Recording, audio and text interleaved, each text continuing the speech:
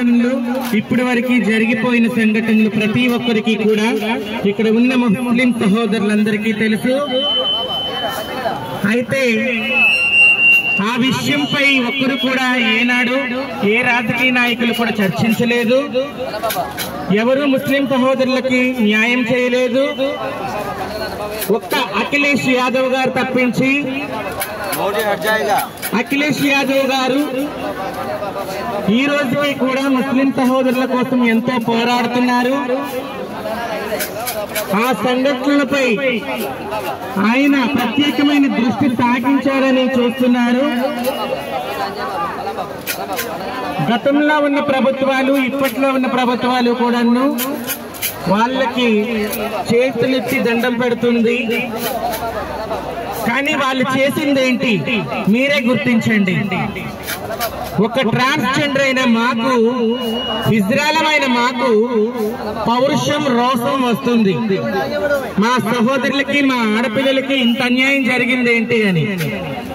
కానీ వాళ్ళకి అటువంటి రోషము పౌరుషము అటువంటివి ఏమీ లేవు. పార్టీని నిలబెట్టుకోవడం కోసం, పార్టీని కాపాడుకోవడం కోసం, రాజకీయ పరంగా ఎదగడం కోసం, వాళ్ళ వంశాభివృద్ధిని పెంచుకోవడం కోసం, రాజకీయ వారసులుగా వాళ్ళే ప్రకటించుకోవడం కోసం ప్రయత్నాలు చేస్తున్నారే తప్ప ముస్లిం సహోదరుల్ని ఎందుకు ఇలాంటి అరాచకాల నుండి కాపాడలేకపోతున్నాము అని ఒక్కరు కూడా ఆలోచించట్లేదు. అలా ఆలోచించిన ఏకైక వ్యక్తి అఖిలేష్ యాదవ్ గారు. సమాజ్వాదీ పార్టీని స్థాపించి ముస్లిం సహోదరుల కోసం పోరాడుతూ అందరినీ కలుపుకుంటూ హిందూ ముస్లిం అంతా ఒక్కటేనని భావించి న్యాయం చేకూర్చాలని ఆయన చేస్తున్న ప్రయత్నాన్ని మనందరం గెలిపిద్దాం. ఈ రోజు జరిగిన అన్యాయాల్ని మునుపటి ప్రభుత్వంలో ఎవరైనా ప్రశ్నించారా? ఎవరైనా అడిగారా? చెప్పండి. మోడీ చేస్తున్న అన్యాయాలన్నింటినీ కూడాను వెన్నుకాస్తున్నారు ఇప్పుడున్న రాజకీయ నాయకులు. మోడీ చేస్తున్న అరాచకాలన్నింటికి కూడాను దన్నుగా నిలబడుతున్నారు, జేజేలు కొడుతున్నారు.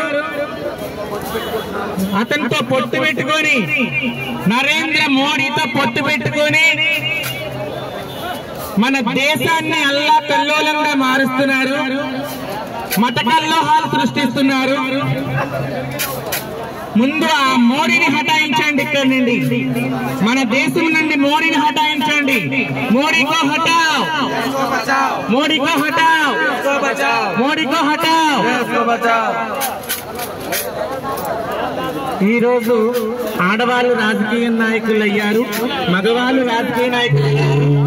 కానీ ఆలోచన ప్రకారంగా నడిచి ఎవరు కూడాను ఇటువంటి అరాచకాలు ఆపాలని లేదండి. రాజకీయ పరంగా సంపాదించుకోవడానికి, వారసత్వాలు ఇచ్చుకోవడానికి మాత్రమే పనిచేస్తున్నారు. కానీ మన అఖిలేష్ యాదవ్ గారు మొట్టమొదటిసారిగా ఒక హిజ్రాకి ఎమ్మెల్యే అభ్యర్థిగా బీఫామ్ పట్టాను అందజేశారు.